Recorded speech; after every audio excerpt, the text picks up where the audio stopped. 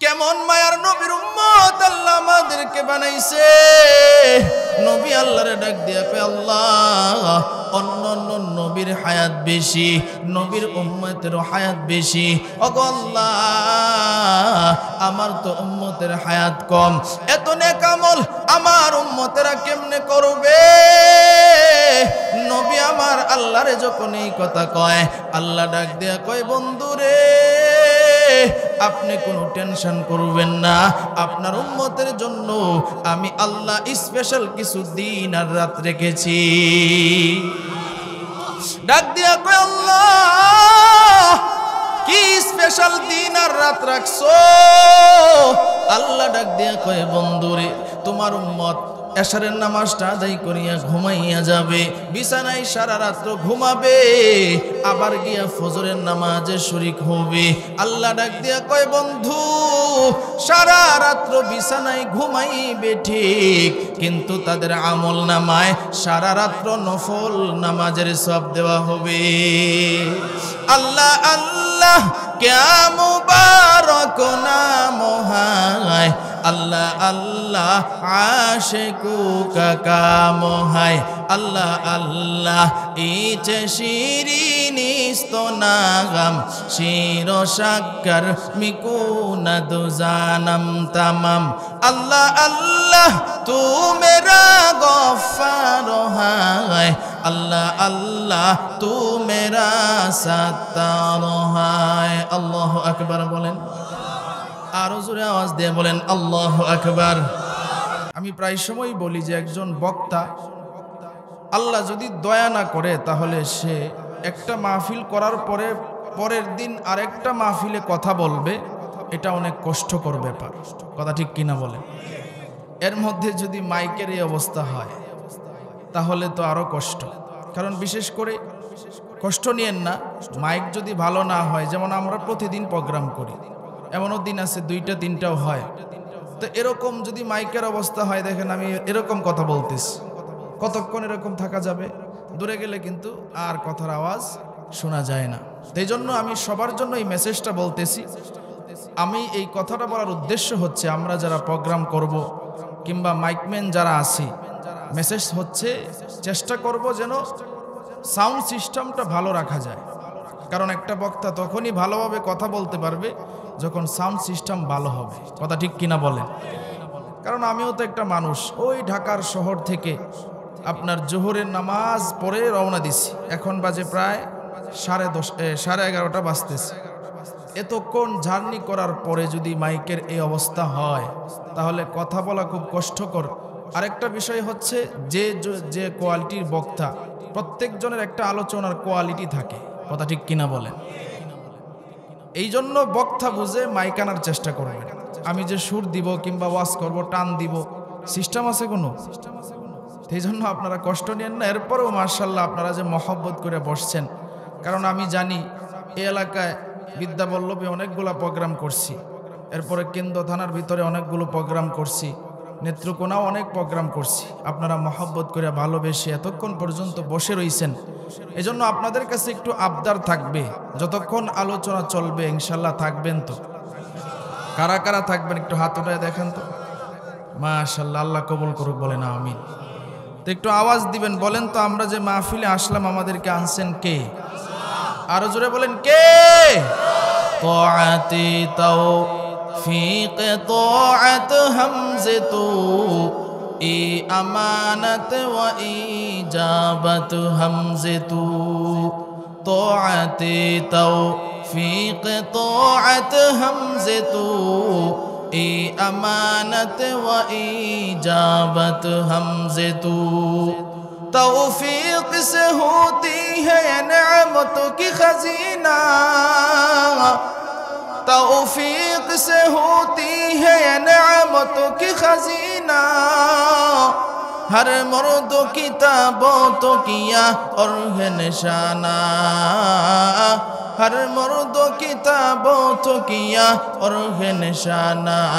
ऐ बंदे खुदा चाहूँगा उनकी मुलाकात, जल्दी से अब बैठे सुनो हजरतों की नसीहत। जल्दी से अब बैठे सुनो हजरत की नसीहत एरे नबीर उम्मतेर दल আল্লাহ রাব্বুল আলামিন আমাদেরকে এখানে আনছেন আল্লাহ যদি তৌফিক না দিতেন এই মাহফিলে আসা আমাদের জন্য সম্ভব ছিল না কথা ঠিক কিনা বলেন আজকে আমাদের মতো কত মানুষ রাস্তাঘাটে ঘুরে দোকানপাটে বসে আড্ডা দেয় আছে না নাই আরো জোরে আওয়াজ দিয়ে বলেন আছে না নাই আরে ভাই আমাদের কপাল কত ভালো এমন একটা দামি জায়গায় আসলাম যেই জায়গার মধ্যে পৃথিবীর শ্রেষ্ঠ কিতাব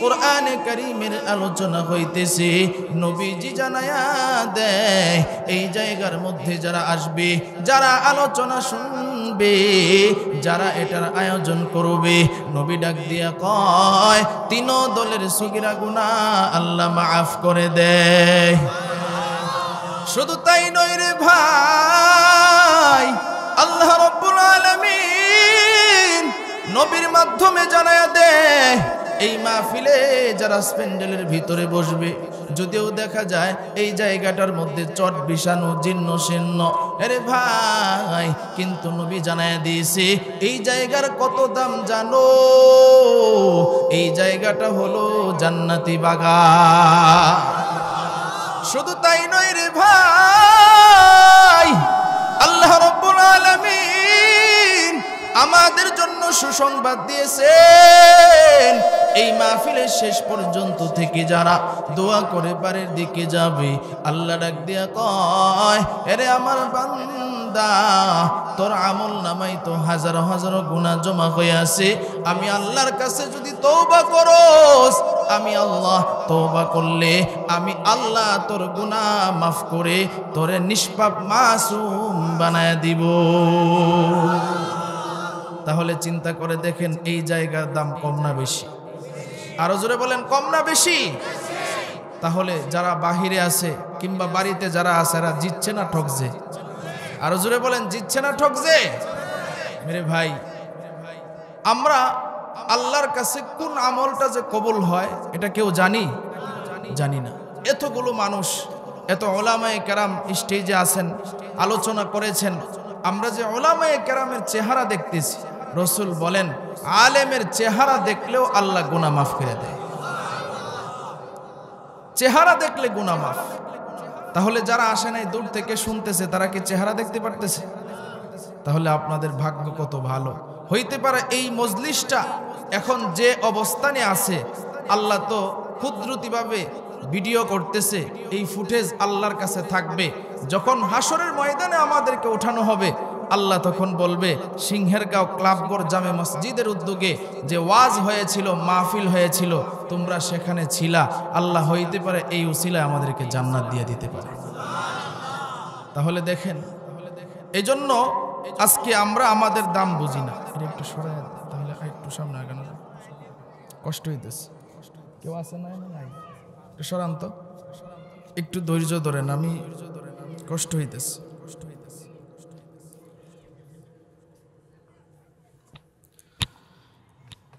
এভাবে বস করা যায়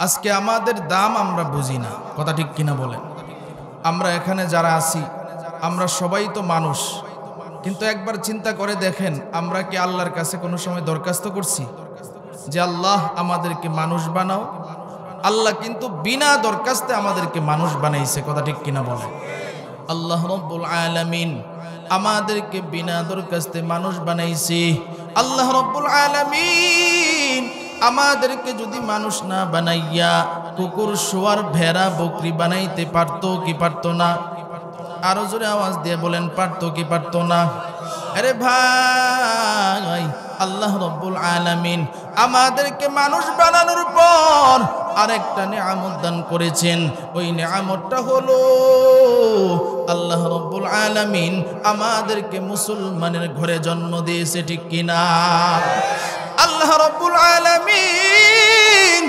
আমাদেরকে যদি মুসলমানের ঘরে জন্ম না দিয়া হিন্দু বৌদ্ধ ইহুদি খ্রিস্টানের ঘরে জন্ম দিতে পারতো কি পারতো না? আরো জোরে আওয়াজ দিয়ে বলেন, পারতো কি পারতো না? আরে ভাই, এই দুইটা নিয়ামত দেওয়ার পর আল্লাহ রাব্বুল আলামিন আমাদেরকে আরেকটা নিয়ামত দান করেছেন। ওই নিয়ামতটা হলো আল্লাহ রাব্বুল আলামিন আমাদেরকে আখিরি জামানার পয়গম্বরের উম্মত বানাইছেন।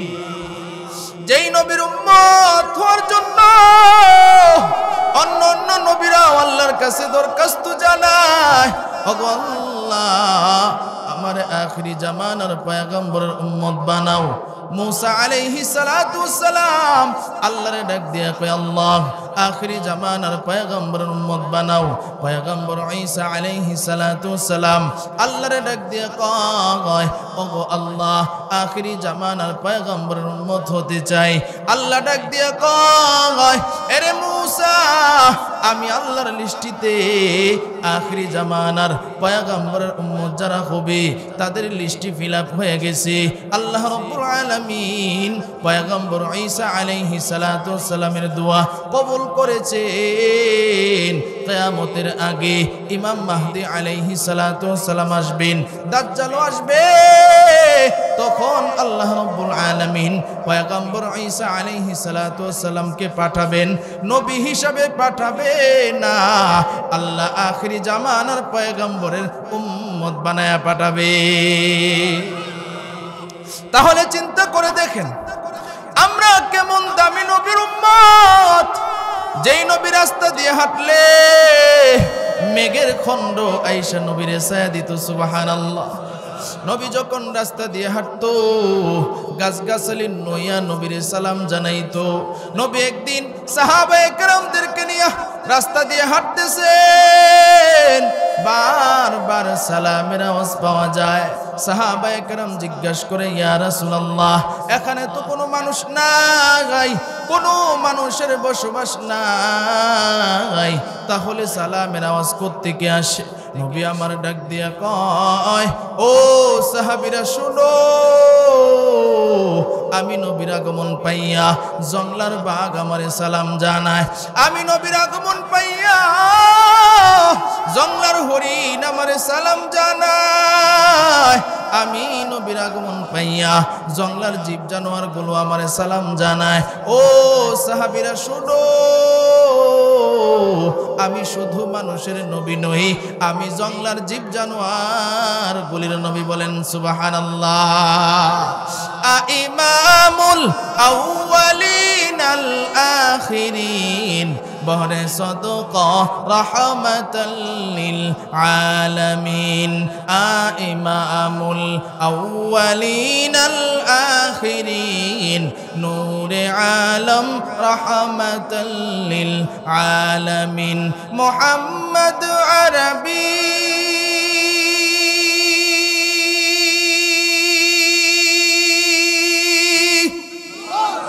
आया नबी रस्ते पे शुआ आलम हुआ उसकी पैदाइश से उजाला। आलम हुआ उसकी पैदाइश से उजाला।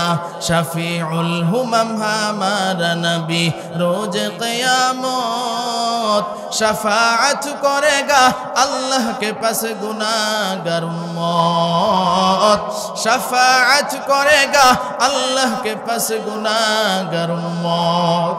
কেমন মায়ার নবীর উম্মত আল্লাহ আমাদেরকে বানাইছে। নবী আল্লাহরে ডাক দিয়া কয়, আল্লাহ অন্য অন্য নবীর হায়াত বেশি, নবীর উম্মতের হায়াত বেশি। ওগো আল্লাহ আমার তো উম্মতের হায়াত কম, এত নেক আমল আমার উম্মতেরা কেমনে করবে? নবী আমার আল্লাহরে যখন এই কথা কয়, আল্লাহ ডাক দিয়া কয়, বন্ধুরে আপনি কোনো টেনশন করবেন না, আপনার উম্মতের জন্য আমি আল্লাহ স্পেশাল কিছু দিন আর রাত রেখেছি। ডাক দিয়া কয়, আল্লাহ কি স্পেশাল দিন আর রাত রাখছো?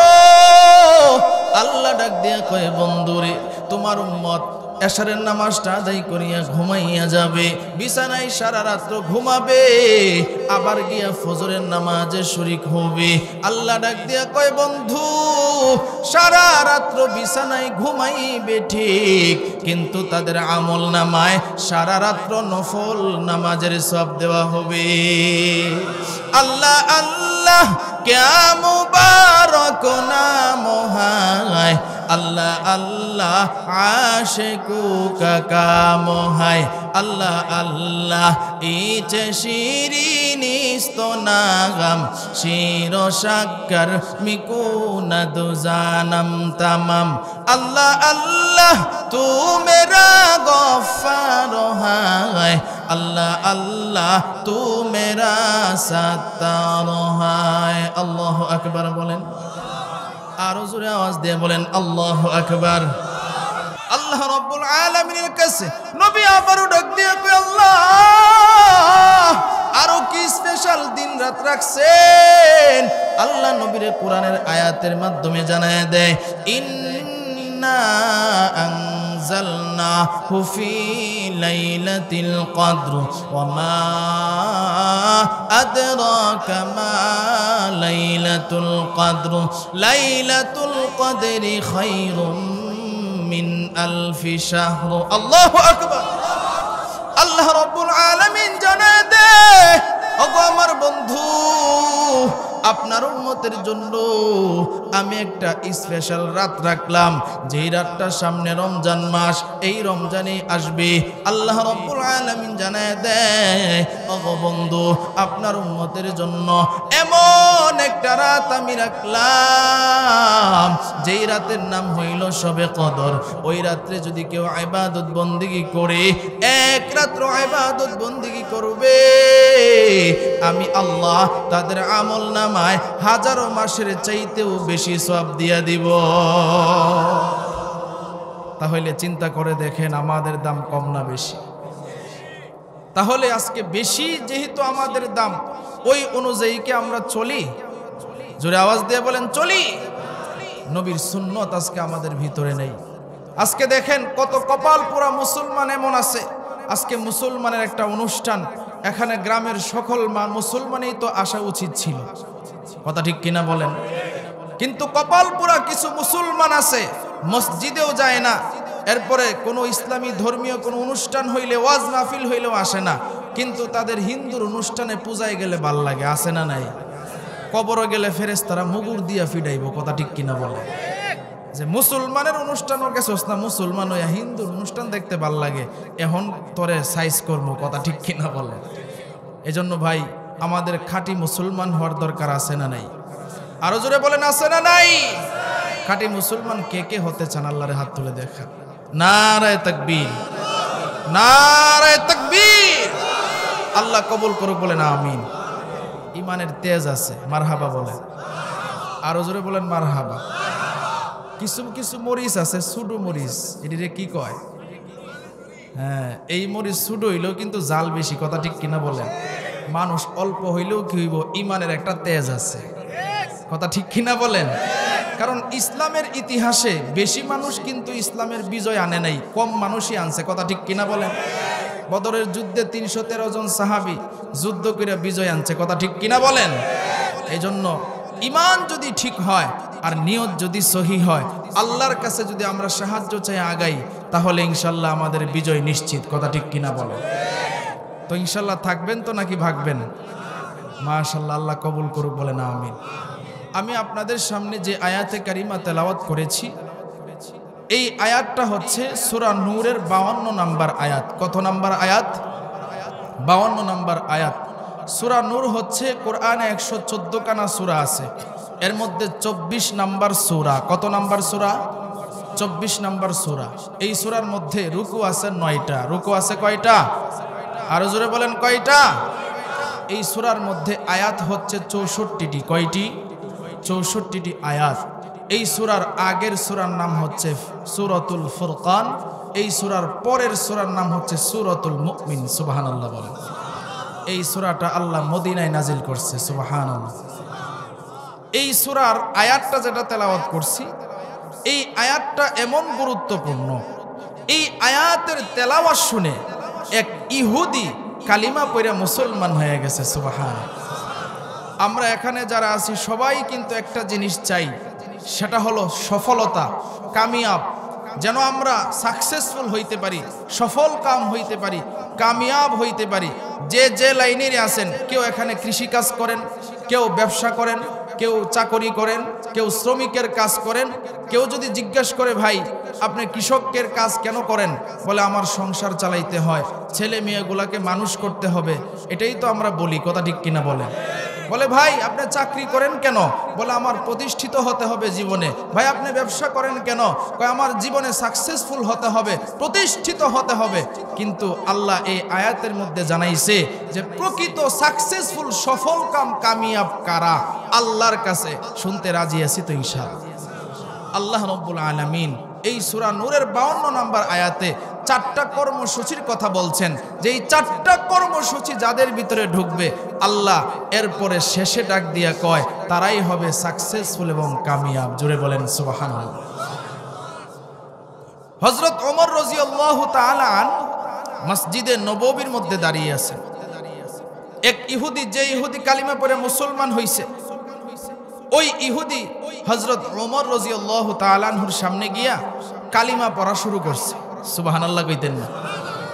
এখন মনে করেন হঠাৎ করে আপনাদের একটা গ্রামের হিন্দু লোক আপনারা চিনেন থাকে, আপনার সামনে কিংবা ইমাম সাহেবের সামনে যদি আইসা কালিমা পড়ে, স্বাভাবিকভাবে ইমাম সাহেব প্রশ্ন করবে ব্যাপারটা কি, আপনি আমার সামনে কালিমা পড়তেছেন, আসল রহস্যটা কি, কথা ঠিক কিনা বলেন? হযরত ওমর রাদিয়াল্লাহু তাআলা আনহু তাফসীরে কুরতুবীর মধ্যে আসছে যে তিনিও বলতেছে ব্যাপার কি, তুমি আমার সামনে কালিমা পড়তেছো।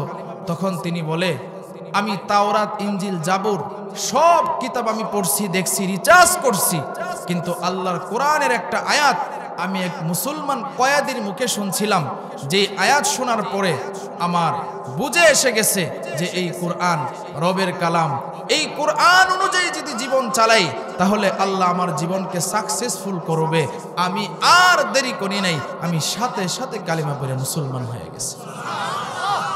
ওমর রাদিয়াল্লাহু তাআলা আনহু ডাক দিয়া কয়, ও ভাই, তুমি যে আয়াতটা শুনে কালিমা পড়ে মুসলমান হয়েছো, এই আয়াতটাকে আমারে শুনাইবা। তখন মুসলমান, ওই ইহুদি মুসলমান যখন হয়েছে, ওই মুসলমান তখন ডাক দিয়া কয়, ও ওমর ভাই, আমি তোমারে অবশ্যই কালিমার, আমি অবশ্যই তোমারে আয়াতটা পড়ে শোনাবো। ওমর রাদিয়াল্লাহু তাআলা আনহু ডাক দিয়া কয়, তাহলে তুমি শোনাও। তখন তিনি আয়াতটা তেলাওয়াত করে শুনাইলেন, ওয়া মান ইউতিইল্লাহা ওয়া রাসূলাহু ওয়া ইয়াখশাল্লাহ ওয়া ইয়াত্তাকিহি ফাউলাইকা হুমুল ফাইজুন।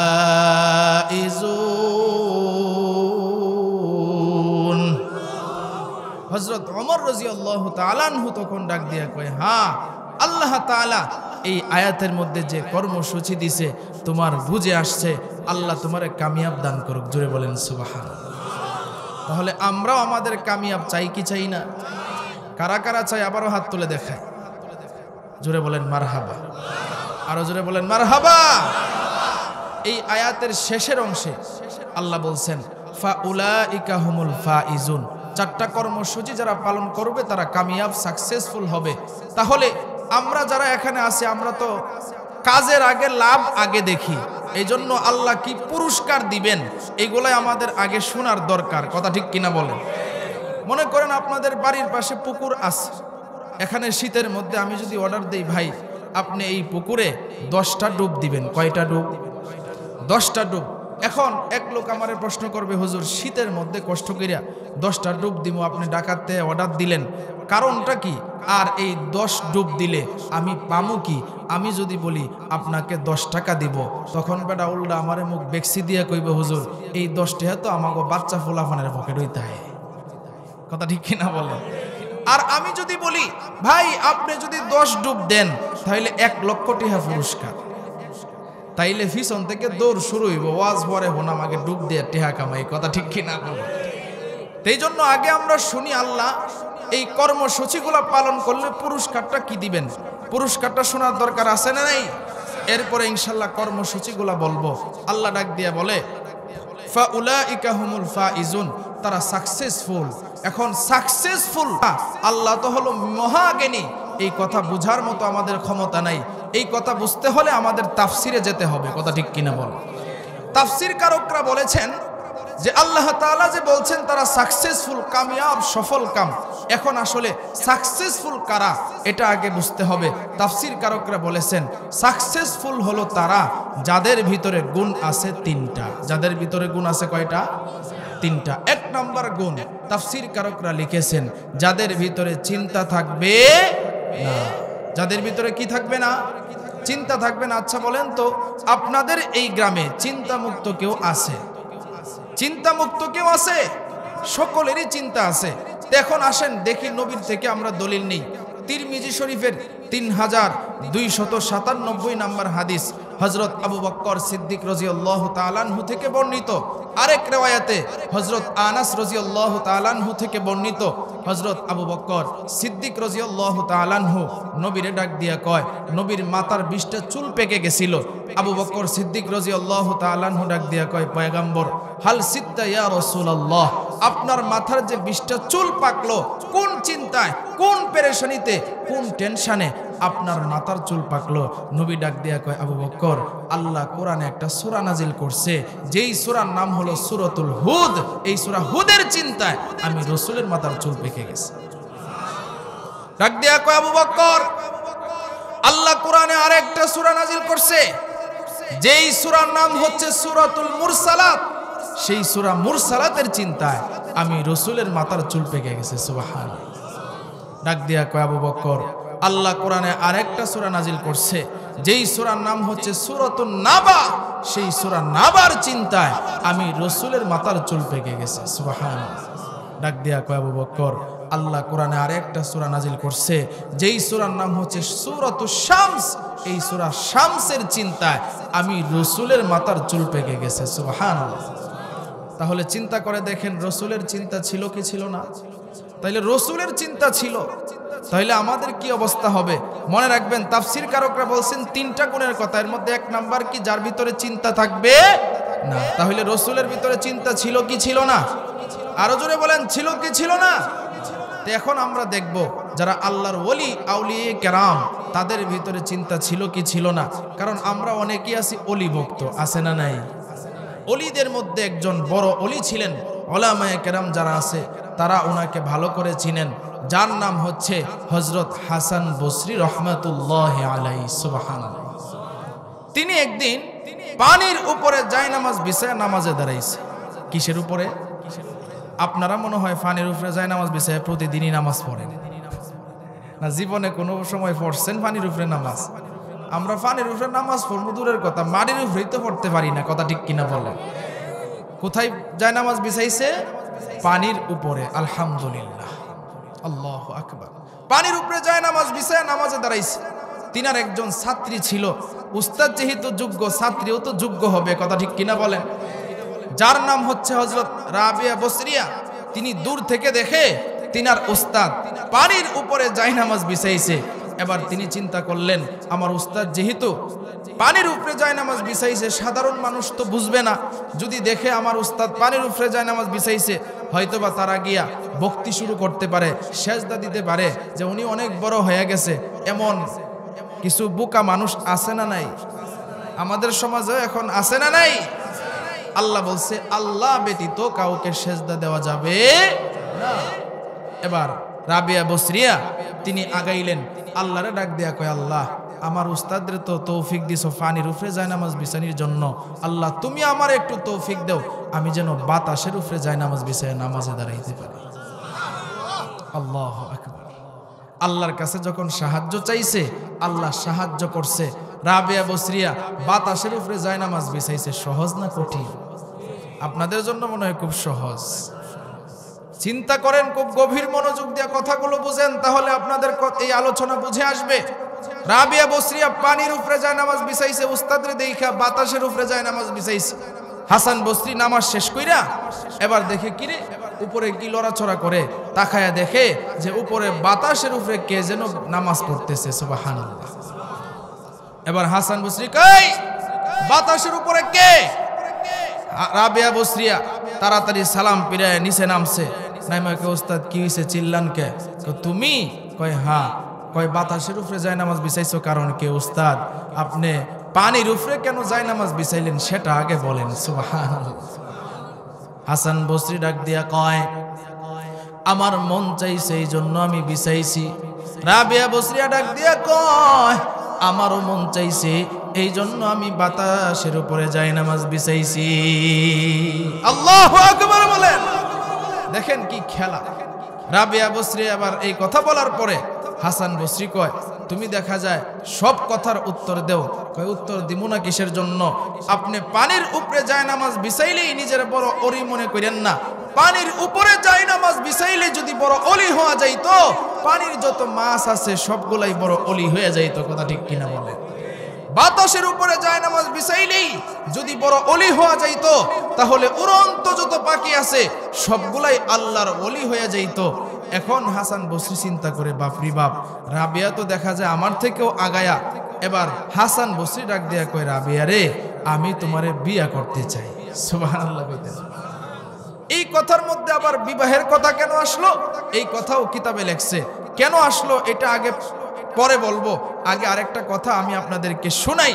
নবীজি বলছেন যে হাসরের ময়দানে স্বামী স্ত্রী দুজন যখন নেককার হবে তখন আল্লাহ তাআলা দুজনের হাতে জান্নাতের টিকিট দিবেন। আর আল্লাহ বলবেন মুস্কি হাসি দাও আর সামনের দিকে তাকাও। সামনের দিকে তাকাবে যখন, তখন তাকায় দেখবে স্বামী স্ত্রী দুজনের জন্য জান্নাতের দরওয়াজা খোলা। এখন কিছু স্ত্রী আছে তো নেককার, আবার কিছু স্বামী আছে বদকার। যে দুনিয়ার মধ্যে স্ত্রী ছিল নেককার, স্বামী হইল বদকার, তাদের অবস্থাটা কি হবে? এমন এক মহিলা যখন জান্নাতের টিকিট পাইছে তখন ডানে বামে সব জায়গায় তাকায়া দেখে জোড়ায় জোড়ায় জান্নাতে যায়। তখন ওই মহিলা আল্লাহরে ডাক দিয়ে বলবে আল্লাহ ব্যাপারটা কি? ডানে বামে সব জায়গায় দিয়ে জোড়ায় জোড়ায় জান্নাতে যায়, তাহলে আমার জোড়াটা কই? সুবহানাল্লাহ কইতেন। এখন আল্লাহ কি কয় শুনেন। আল্লাহ কয় তোর জোড়া রে যে জান্নাতের টিকিট দিমু, তোর জোড়া তো দুনিয়াতে থাকতে আকাম আর কুকাম কম করে নাই এমন পুরুষ আছে না নাই? আরো জোরে বলেন আছে না নাই? বউরে তো আরো 10 মিনিটের সাথে কথা কয় এমন বালা মানুষ আছে না নাই? এরা ভালো মানুষ না শয়তানের গুরু? বউরে তো আরো 10 মিনিটের সাথে কথা কয়। আল্লাহ কইছে যে তুমি একটা বিয়া করছো, প্রয়োজন হলে আরো 3টা করো, 4 মুট। এরপরেও যদি তোমার না হয়, আল্লাহ বলছে ভিন্ন কোনো মহিলার সাথে কথা বলা যাবে না। আল্লাহ রাব্বুল আলামিন নিষেধ করেছেন। আল্লাহর নিষেধ যে ব্যক্তি অমান্য করবে সে কি জান্নাতে হতে পারবে? আবার কিছু বউনও আছে এরকম। এখন পুরুষ যারা আপনারা আছেন কইবেন হুজুর আমগরি গেলে কইতাছেন, এমন কিছু বিট্টেনও আছে যারা জামাই রে তুই আরো 10 বেটার সাথে কথা কয়, আছে না নাই? আমি ঢাকার শহরে এখন যে মসজিদে আছি, এর আগে আরেকটা মসজিদে ছিলাম। ওই মসজিদের তো আপনারা ছিলেন না। ওই মসজিদের যে সভাপতি, হের ছেলে তাহে সিঙ্গাপুর, বাপমার নামে অ্যাকাউন্ট করে নাই, বউরে ভালোবাসে বউর নামে অ্যাকাউন্ট করছে। কার নামে? বউর নামে অ্যাকাউন্ট করছে। 10 লক্ষ টাকা অ্যাকাউন্টে জমা হয়েছে। বউ কি করছে, জামাই যেহেতু বিদেশ তো আয় না, আরেক বেটার সাথে ফিরিত কইরা 10 লাখ টাকা লয়ে ভাগছে। ভালো কাজ করছে না খারাপ কাজ করছে? এমন বিট্টান আছে না নাই? এখন ওই মহিলা তো নেককার, আল্লাহরে ডাক দিয়া কয় আল্লাহ আমার স্বামী কোথায় আছে? আল্লাহ কয় তোমার স্বামী তো দুনিয়াতে গুনার কাজ করছে, এই জন্য আমি আল্লাহ তারে জান্নাতের টিকিট দেই নাই। এবার আল্লাহরে ওই মহিলা কইব আল্লাহ তোমার এই জান্নাতের টিকিট আমি নিব না। সুবহানাল্লাহ কইতেন। আল্লাহর সাথে এরকম কথা বলার জন্য ওই পর্যায়ে তো যাইতে হবে। কথা ঠিক কিনা বলে? সবাই তো আর সবার সাথে ওই রকম কথা বলতে পারে না। মনে করেন আমার বন্ধু আসছে, আমার বন্ধু যেই কথা আমার সাথে বলতে পারবে, আপনারা কি বলতে পারবেন? আল্লাহর সাথে যার সম্পর্ক যেমন ভালো, যেমন পয়গম্বর মুসা আলাইহিস সালাতু ওয়াস সালাম আল্লাহরে কি কয় জানেন? আল্লাহরে কয় আল্লাহ তুমি যদি বিয়া করতা তাইলে কই করতা? সুবহানাল্লাহ কইতেন। আল্লাহ কয় মুসারে আমি তো বিয়া করব না। কয় না, যদি করতা, কারণ আল্লাহর সাথে খুব কথা কইতো মুসা আলাইহিস সালাতু ওয়াস সালাম, ওনাকে বলাই হইতো মুসা কালিমুল্লাহ। আল্লাহরে ডাক দিয়া কয় আল্লাহ তুমি যদি খাইতা তাইলে কি খাইতা? কয় মুসারে আমি আল্লাহ তো খাই না। এবার মুসা আলাইহিস সালাতু ওয়াস সালাম আল্লাহরে ডাক দিয়া কয় আল্লাহ তুমি যদি মুসা হইতা আর আমি যদি আল্লাহ হইতাম তাইলে কি চাইতা? সুবহানাল্লাহ কইতেন। আল্লাহ ডাক দিয়া কয় মুসারে তুমি কি প্রশ্ন এগুলা শুরু করছো? কয় না আল্লাহ আজকে কোনই লাগবো। চিন্তা করছেন ব্যাপারটা? আল্লাহ ডাক দিয়া কয় মুসারে আমি যদি খাইতাম তাইলে দুধ খাইতাম। সুবহানাল্লাহ। আর আমি যদি বিয়া করতাম, আমি তো বিয়া করতাম না, যদি বিয়া করতাম তাইলে মিশরে করতাম। সুবহানাল্লাহ। এবার ডাক দিয়া কয় আল্লাহ তুমি যদি মুসা হইতা? কয় আমি তো মুসা হমু না। এবার মুসা আলাইহিস সালাতু ওয়াস সালাম কয় আল্লাহ গো আমি জানি যে তুমি মুসা হইবা না, এরপর আমি জানবার চাই। আল্লাহ ডাক দিয়া কয় যদি হইতাম তাইলে তোমার কাছে সুস্থতার নিয়ামত চাইতাম। সুবহানাল্লাহ। তো মহিলা ডাক দিয়া কয় আল্লাহ জান্নাতে টিকিট লাগবে না, নিয়ে যাও। আল্লাহ ডাক দিয়া কয় বান্দিরে আমি আল্লাহ দেই, আমি আল্লাহ নেই না। সুবহানাল্লাহ। এখন মহিলা সুযোগ পাইছে কি পায় নাই? এখন মহিলা আল্লাহরে কি কয় শুনেন। আল্লাহরে ডাক দিয়া কয় আল্লাহ তুমি যদি দেও তাহলে তোমার কাছে আমার একটা আবদার, আমার যেই স্বামী গুনার কাজ করার কারণে জাহান্নামী হয়ে গেছে, আল্লাহ গো তোমার নাম তো গফুরুর রহিম,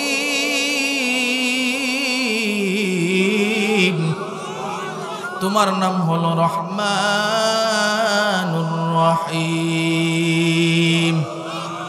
ওগো আল্লাহ তুমি যেহেতু দেও নেও না, ওগো আল্লাহ তোমার কাছে আমার একটা আবদার, আমার যেই বদকার স্বামীটা, এই স্বামীটার নামটা জাহান্নাম থেকে কাইটা জান্নাতে তার নামটা দিয়া দাও। আল্লাহু আকবার বলেন। এই যে দেখেন নেককার স্ত্রীর কারণে স্বামী জাহান্নামী থেকে জান্নাতি হইছে, কথা ঠিক না বে ঠিক? আল্লাহ ডাক দিয়া কয় ফেরেশতা যা, আমার বান্দি যেহেতু আমার কাছে বলছে, আমার নামের দোহাই দিছে, যা আমার বান্দির স্বামীরে জাহান্নাম থেকে নামটা কাইটা জান্নাতি খাতায় লিখে দে, তারা দুইজনকে একসাথে জান্নাতে থাকতে দে। সুবহানাল্লাহ। তা হাসান বসরি যে বিয়ার কথা কইছে কারণটা হইল এটা, তিনি চিন্তা করছে আমার কোনো আমল আল্লাহর কাছে যদি কবুল না হয়, যেহেতু রাবিয়া বসরিয়া অনেক আল্লাহর কাছে আগায়া গেছে, তারে যদি বিয়া করতারি তার সুপারিশে হইল আমি তো জান্নাতে যাইতে পারবো। কথা ঠিক কিনা বলেন? হাসান বসরি কিন্তু জানতেন লোক না।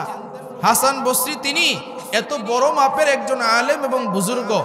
আমাদের একজন আম্মা জান, যার নাম হচ্ছে উম্মে সালমা রাদিয়াল্লাহু তাআলা আনহা, উনার যে কাজের মহিলা ছিল সেই মহিলা হচ্ছে হযরত হাসান বসরি রহমাতুল্লাহি আলাইহির মা। হাসান বসরি যখন ছোট্ট ছিল আমাদের আম্মা জানের কুলে হাসান বসরিকে যখন রাখতো, হাসান বসরি যখন কাঁদতো, আম্মা জান বাচ্চা যখন কান্না করে দেখবেন, মহিলারা বাচ্চার কান্না থামানোর জন্য, ছোট বাচ্চা যদি হয় তাহলে তাদেরকে দুধ না দিলে কান্না থামায় না। আম্মা জান কি করতেন, তিনার স্তনে দুধ খাওয়ানোর জন্য মুখ ধরতেন, কিন্তু তিনার তো দুধ ছিল না। আল্লাহর কি কুদরত, কিতাবের মধ্যে লেখছে মুখ ধরতে দেরি হইতো, দুধের জোয়ার হইতে দেরি হইতো না। সুবহানাল্লাহ। তাহলে তিনি আমাদের নবীর স্ত্রীর দুধ খাইছে, কত বড় একটা বরকত পাইছে। আল্লাহ রাব্বুল আলামিন তারে কত বড় আলেম বানাইছেন। তিনার উস্তাদ ছিলেন হযরত আব্দুল্লাহ ইবনে মাসউদ রাদিয়াল্লাহু তাআলা আন, তিনার উস্তাদ ছিলেন হযরত আলী রাদিয়াল্লাহু তাআলা আন, দুজনের উস্তাদ ছিলেন আপনার আমার নবী মুহাম্মদুর রাসূলুল্লাহ সাল্লাল্লাহু আলাইহি ওয়াসাল্লাম। তাহলে কত বড় মাপের একজন আলেম। আর রাবিয়া বসরিয়া তিনি কি ছিলেন? তিনার বাড়ি বসরায়। তিনি হচ্ছে কালো, ঠোঁট মোটা, চোখ বড় বড়, এরপরে পায়ের গোছা মোটা, আবার ছিল বেধবা, 2-3টা সন্তানের বাচ্চা। তাহলে ওই নারী হাসান বসরির চাইতে দুর্বল না সবল? দুর্বল। কিন্তু হাসান বসরি কেন বিয়ার প্রস্তাব দিল? কারণ তার একটা গুণ বড় ভালো, সেটা হচ্ছে আল্লাহর কাছে দামি। কথা ঠিক কিনা বলেন? এই জন্য রসুল বলছেন তোমার ছেলে এবং মেয়েকে যখন তুমি বিবাহ করাইবা তখন তুমি 4টা জিনিস দেখবা।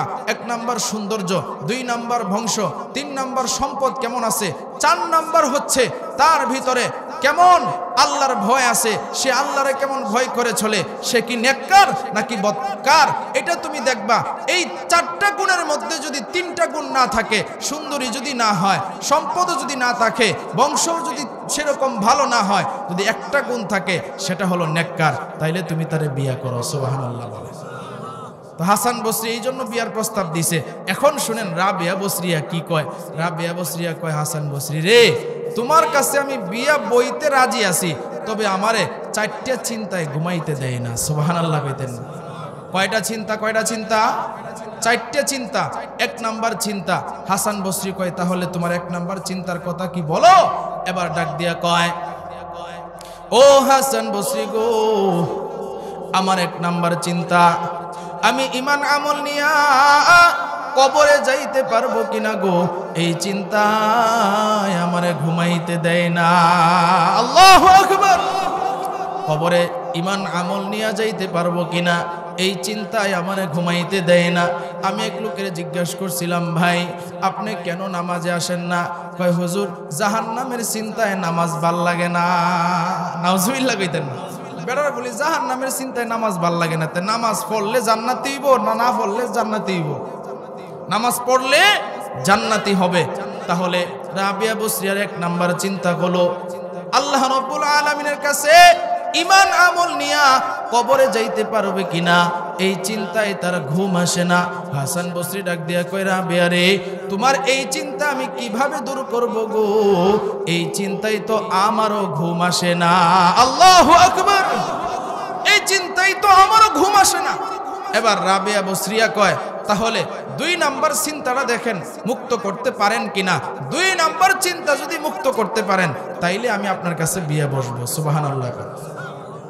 হাসান বসরি ডাক দিয়া কয়, তাহলে তোমার 2 নাম্বার চিন্তার কথা বলো। রাবিয়া বসরিয়া ডাক দিয়া কয়, আমি যখন কবরে যাব, কবরে যাওয়ার পরে মুনকার নাকির ফেরেশতা আমাকে 3টা প্রশ্ন করবে। তোমার রব্বুকা, তোমার রব কে? আমার নবিয়ুকা, তোমার নবী কে? আমা দিনুকা, তোমার ধর্ম কি? ও হাসান বসরি গো, এই 3টা প্রশ্নের উত্তর আমি রাবিয়া দিতে পারবো কিনা গো, এই চিন্তায় আমার ঘুম আসে না। আল্লাহু আকবার। তাহলে চিন্তা করেন, আমাদেরও কি কবরে যাইতে হবে কি হবে না? আরো জোরে বলেন, হবে কি হবে না? তাহলে কবরের মধ্যে আমাদের তো প্রশ্নের উত্তর দিতে হবে। আমরা যদি কবরে যাওয়ার পরে প্রশ্নের উত্তরগুলো যদি না দিতে পারি, তাহলে জাহান্নামের আগুন কবরের মধ্যে দাউ দাউ করে জ্বলে উঠবে, ঠিক কিনা?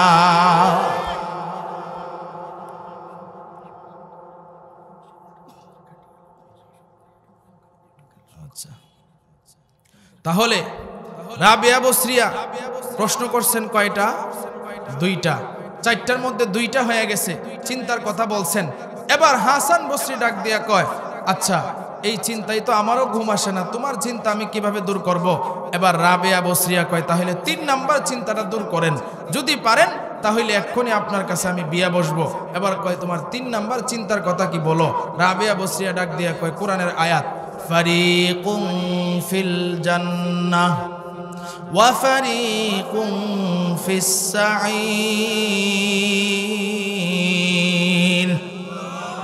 রাবিয়া বসরিয়া ডাক দিয়া কয়, ও হাসান বসরি গো, হাসরের ময়দানে 2টা দল হবে। কয়টা দল? আরো জোরে বলেন, কয়টা? 2টা দল। একটা হবে জান্নাতি, আরেকটা হবে জাহান্নামী। ও হাসান বসরি গো, আমি কোন দলের মধ্যে থাকবো? আমি কি জান্নাতি হব নাকি জাহান্নামী হব, এই চিন্তায় আমার ঘুম আসে না। আল্লাহু আকবার। হাসান বসরি ডাক দিয়া কয়, ও রাবিয়া রে, তুমি যেই প্রশ্ন আমারে করছো, এই চিন্তায় তো আমারও ঘুম আসে না, আমি কি জান্নাতি হব নাকি জাহান্নামী হব, তাহলে এই চিন্তা থেকে আমি তোমারে কিভাবে মুক্ত করব? সুবহানাল্লাহ। এবার রাবিয়া কয়, তাহলে আমার 4 নাম্বার চিন্তাটা দূর করে দেন, তাহলেও আমি আপনার কাছে বিয়ে বইতে রাজি। এবার হাসান বসরি কয়, তাহলে 4 নাম্বার চিন্তার কথাটা আপনি বলেন। 4 নাম্বার চিন্তার কথা এবার রাবিয়া বসরিয়া জানায়, ও হাসান বসরি গো, জান্নাতে যাওয়ার আগে একটা ব্রিজ পার হইতে হবে। ওই ব্রিজটার নাম হইল ফুলসিরাতের ব্রিজ। কথা ঠিক কিনা বলেন? ফুলসিরাতের ব্রিজ। ওই ব্রিজটা কেমন বড় হবে? 30,000 বছরের রাস্তা হবে। 10,000 বছর উপরের দিকে উঠতে হবে, 10,000 বছর সমতল শুধু হাঁটতে হবে, 10,000 বছর নিচের দিকে নামতে হবে। ওই জায়গার মধ্যে এরকম লাইটিং এর ব্যবস্থা থাকবে না। আমাবস্যার রাত যেমন অন্ধকার, এর চাইতেও বেশি অন্ধকার থাকবে। চুলের চাইতেও রাস্তাটা চিকন হবে, হীরার চাইতেও ধার হবে। নিচে থাকবে জাহান্নামের আগুন। ও হাসান বসরি গো, এত কঠিন রাস্তা আমি কিভাবে পার হব গো? এই চিন্তায় আমার ঘুম আসে না। আল্লাহু আকবার। হাসান বসরি আবার ডাক দিয়া কই, রাবিয়া রে, তোমার চিন্তা আমি কিভাবে দূর করব গো? ফুলসিরাতের ব্রিজের চিন্তাই তো আমারও ঘুম আসে না। আল্লাহু আকবার। তাহলে চিন্তা করেন কেমন বড় আল্লাহর ওলি। আর আমগো বাংলাদেশেও তো অনেক জায়গায় ঘরে ঘরে ফির আছে, আছে না নাই? এমন বন্ড ফির আছে, যেই বন্ড ফির গুলা কয় আমার কাছে মুরিদ হইতে দেরি হবে, জান্নাতের টিকিট পাইতে দেরি হবে না। আছে না নাই? এমন ফির আছে। এক ফির ডাক দিয়া কয় আমার কাছে মুরিদ হইলেই জান্নাতের টিকিট। নাউজুবিল্লাহ কইতেন। জান্নাতের টিকিট কি আমাদের দেওয়ার ক্ষমতা আছে? আরো জোরে বলেন আছে? ক্ষমতা কার? আরো জোরে বলেন কার? আল্লাহর ক্ষমতা। কেউ যদি মানুষ এই কথা বলে তাহলে সে ভণ্ড। কথা ঠিক কিনা বলে? এমন একজন লোক, ওই লোকের কাছে একজন চৌধুরী সাহেব মুরিদ হইছে, বড় শিক্ষিত লোক। তিনি তো আর তিনাকে ভালোভাবে চিনে না, শুনছে মানুষের কাছে যে অনেক বড় পীর। কারণ এখন তো দেখবেন পীর যারা তাহে বন্ড, স্বাভাবিকভাবে এদের টাইটেলের অভাব নাই। কথা ঠিক কিনা বলেন? আলহাজ, হজরত, শাহ, সুফি, সৈয়দ, মুজাদ্দিদে জামান, সদরঘাটের কামান, আন্তর্জাতিক বেঈমান জনাব সেরাগালি। আছে না নাই? নামের টাইটেল অভাব নাই। দেখবেন মাঝে মধ্যে ঢাকার শহরে ফুস্টার, আরে বাপরে বেড়ার নামের চাইতে টাইটেল বড়। আছে না নাই? এখন মুরিদ হওয়ার পরে, কারণ কথার সাথে তো কাজের মিল থাকতে হবে। এক হুজুর ওয়াজ করতেছে, গান গাইতেছে, কয় দিবা নিশি মনরে বুঝাই আর দিও না যন্ত্রণা, আরে ধনে যদি হইতাম ধনী যাইতাম সোনার মদিনায়, দিবা নিশি মনরে বুঝাই আর দিও না যন্ত্রণা, আরে ধনে যদি হইতাম ধনী যাইতাম সোনার মদিনায়। আছে না নাই? এখন এক শ্রোতা দ্বারা একই, হুজুর আমি আপনারেও চিনি, আপনার বাপেরেও চিনি, আপনার দাদারেও চিনি। হুজুর কই চিনস তো কি হইছে? আপনি যে গান গাইছেন দিবানিশি মন রে বুঝান, আপনার যে সম্পদ আছে, এক কাটা সম্পদ বেচলে মক্কা মদিনায় একবার না 10 বার যাওন যাইব, রাউন যাইব। এখন হুজুর ডাক দিয়া কয় রে, তুই দেখা যা আমার আসলটা ধরিয়ালছস। কথা ঠিক কিনা বলে? ওই ফির সাহেবের কাছে যখন চৌধুরী সাহেব মুরিদ হইছে, এখন ফির সাহেব কয় আমার কাছে আইবে, এরপরে টাকা পয়সা লই আইবে, গরু ছাগল লই আইবে, তাহলে তোকে জান্নাত রেডি। এখন ওই চৌধুরী সাহেব কিছুদিন পরে আইছে, আয়া দেহে ফির সাহেবের কাছে যখন মুরিদ হইছিল তখন ফির সাহেবের শরীর ছিল খুব চিকন, এখন দেহে না খুব মোটা। এখন কিছুদিন পরে আইসা দেখে ফির সাহেবের শরীর হয়ে গেছে গা চিকন। এখন ডাক দিয়া কয় হুজুর আপনার শরীর তো খুব মোটা তাজা ছিল, এখন আপনার শরীর কেন চিকন হয়ে গেছে? এবার ডাক দিয়া কয় তগো চিন্তায় আমার শরীর চিকন হয়েছে। কাগো চিন্তায়? তগো চিন্তায়। কয় হুজুর আমগো লাগে কি চিন্তা করেন? কয় তোরা তো বুঝস না, ফুলসিরাতের ব্রিজ চিনস? ফুলসিরাতের ব্রিজ চিনস? কয় হ, হুজুরের কাছ থেকে তো শুনছি ফুলসিরাতের ব্রিজ বড় কঠিন। কয় এই ফুলসিরাতের ব্রিজ আমি ডেইলি 2 বার হাফ ডাউন করি। কয়বার? 2 বার। এখন তো বেটা বুঝে লাইছে, কারণ বেটা তো শিক্ষিত মানুষ।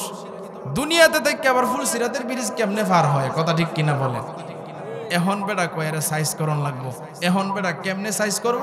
এখন কয় হুজুর আমার অনেক সম্পদ আছে, এই সম্পদ থেকে আমি আপনার 10 কাটা সম্পদ লেখা দিলাম, তবে হুজুর আমার সন্তানেরা আমি মারা যাওয়ার পরে আপনাদের সম্পদ দেয় কিনা এটা তো জানি না, এই জন্য আমি চাই আপনি গিয়া নিজের চোখে দেখা কোট গাইরে আসবেন, এই সম্পদ আমি আপনাদের দিলাম। ওইদিকে বেটা আর একটা বুদ্ধি করে রাখছে, সাইজ করব, এরপরে বেটারা নিয়ে যাইতেছে, কারণ বেটা তো সারা জীবন খান খাই তাহে, খেতে কামারে তো আর যায় না। ফিস সাহেব কথা ঠিক কিনা বলেন? এই ফিস সাহেবগুলোর ফেট দেখবেন সেরো বইলে একবার স্টেনও গিয়ে লাগে, আছে না নাই? এমন বড় ফেট, এই ফিস সাহেব ফেট হইয়া তো আর হাঁটতারে না, আইল দিয়া হাঁটতে পারে না, আবার ফেক কাদা। এখন ওই মুড়িদে কি করছে, যেন বেশি ফেক আছে, ইন্দে বেটা তো জানে যেন ফেক খাদা আছে, হে বেটা অন্য দিক দিয়ে গিয়া ফিসাবরে কয়ে দিক দিয়ে আয়েন। ফিসাব যখন গেছে ফেহের মধ্যে ফাড়া দিছে, কমর উস্তুরি কুপে গেছে গা। কমর উস্তুরি যখন কুপছে, এখন তো ফিসাব চিল্লানি শুরু করছে, এই বেয়াদব, এই বেয়াদব, তোর মতো বেয়াদব মুরিদ তো আর দেখছি না, তুই আমারে ফেক দিয়ে আনছস। ফিসাব আপনি না প্রতিদিন ফুলসিরাতের ব্রিজ 2 বার হাফ ডাউন করেন, তো যেই ব্যক্তিরা 2 বার ফুলসিরাতের ব্রিজ হাফ ডাউন করে, সে কি আমার খেতে ফেক আছে না কি আছে এটা দেখে না? আমি বুঝে লাইছি আপনার মতো ভণ্ড, আপনার মতো ভণ্ড আর সমাজে কেউ হইতে পারে না। চিল্লেন না যতটুকু ডাবছেন, আমি যদি আই ফাড়া দেওয়ার অর্ধেকটা কূপ পেলাম, কথা ঠিক কিনা বলেন? এমন ভণ্ড পীর আছে না নাই? আজকে এই সমস্ত ভণ্ড পীর থেকে আমাদেরকে বাঁচতে হবে, কারণ অনেক ভণ্ড পীর এরকম আছে আমাদের অবলা মা বোনদেরকে ভুল বুঝায়া আমাদের অবলা ভাইদের ঈমান ধ্বংস করতেছে, আছে না নাই? এই সমস্ত ভণ্ড পীরগুলোকে সাইজ করতে হবে। যদি কোনো এলাকায় এই সমস্ত কোনো ভণ্ড পীরের খোঁজ পাওয়া যায়, জুতা দিয়া পিটাইয়া এই এলাকা ছাড়া করতে হবে। কারা কারা রাজি আছেন? হাত তুলে আল্লাহরে দেখায়া দেন। রাজি আছেন তো ইনশাআল্লাহ? কিন্তু হাসান বসরি তো ওই মাফের পীর না, তিনি তো একমাত্র আল্লাহর খাঁটি পীর, কথা ঠিক কিনা বলেন? তিনি ডাক দিয়া কই, রাবে রে, আমি তোমার চিন্তা কিভাবে মুক্ত করব, আমি নিজেই তো চিন্তায় আছি।